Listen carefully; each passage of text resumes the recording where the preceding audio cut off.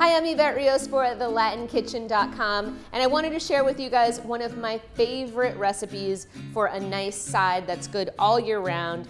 It's our Phyllo-Wrapped Yuca Gorgonzola mash, and it's delicious and so easy to make.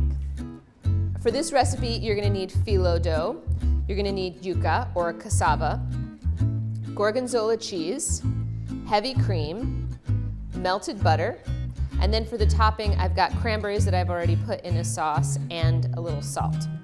So to start, it's time to cut the yuca. So you want to cut off the two ends.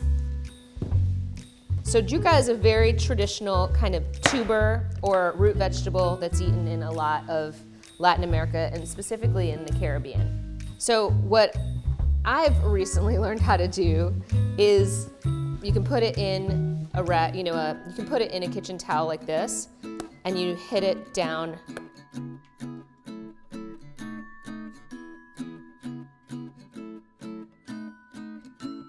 Okay, so now you're just gonna cut it up in pieces, and you wanna cut it in semi-evenly sized pieces so that they cook about the same time.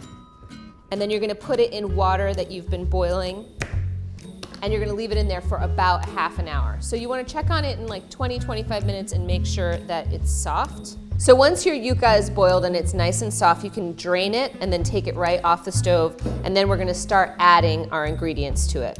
So I'm gonna start by adding my heavy cream. I'm just gonna pour it over the top. And then I'm gonna add my Gorgonzola cheese.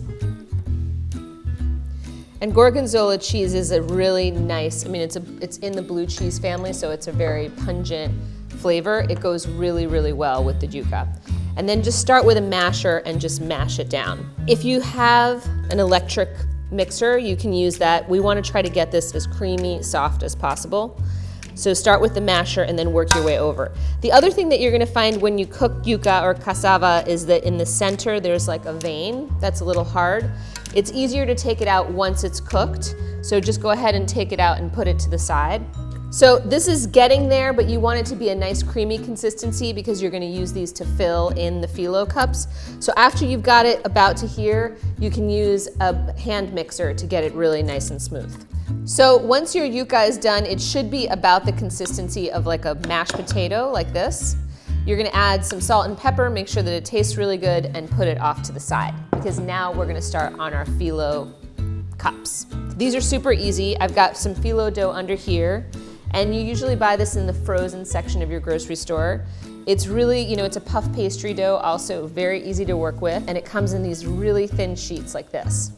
So the trick to working with this stuff is you want to always try to keep it damp, because it tends to crack and break if you don't.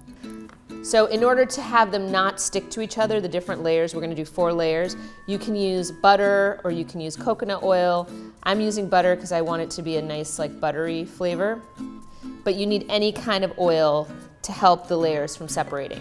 If you think of a croissant, it's actually butter that's used and rolled into every single layer to help it not stick to each other, so you get that really nice flaky consistency.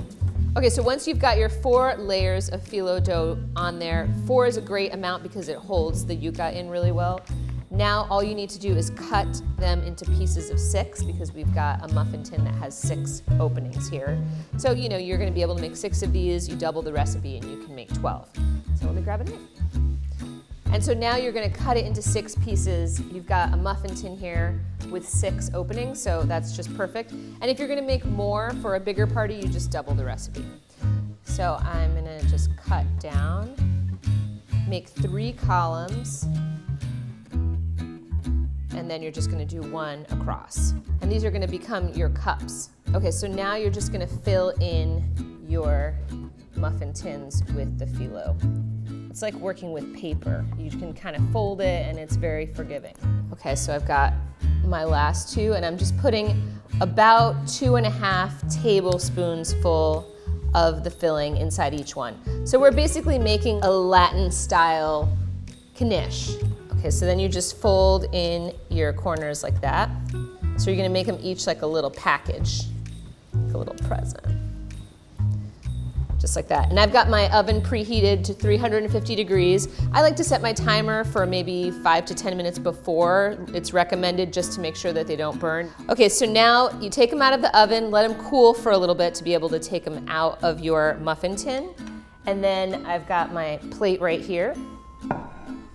And so basically what you do is just grab a butter knife and kind of loosen them up along the edges.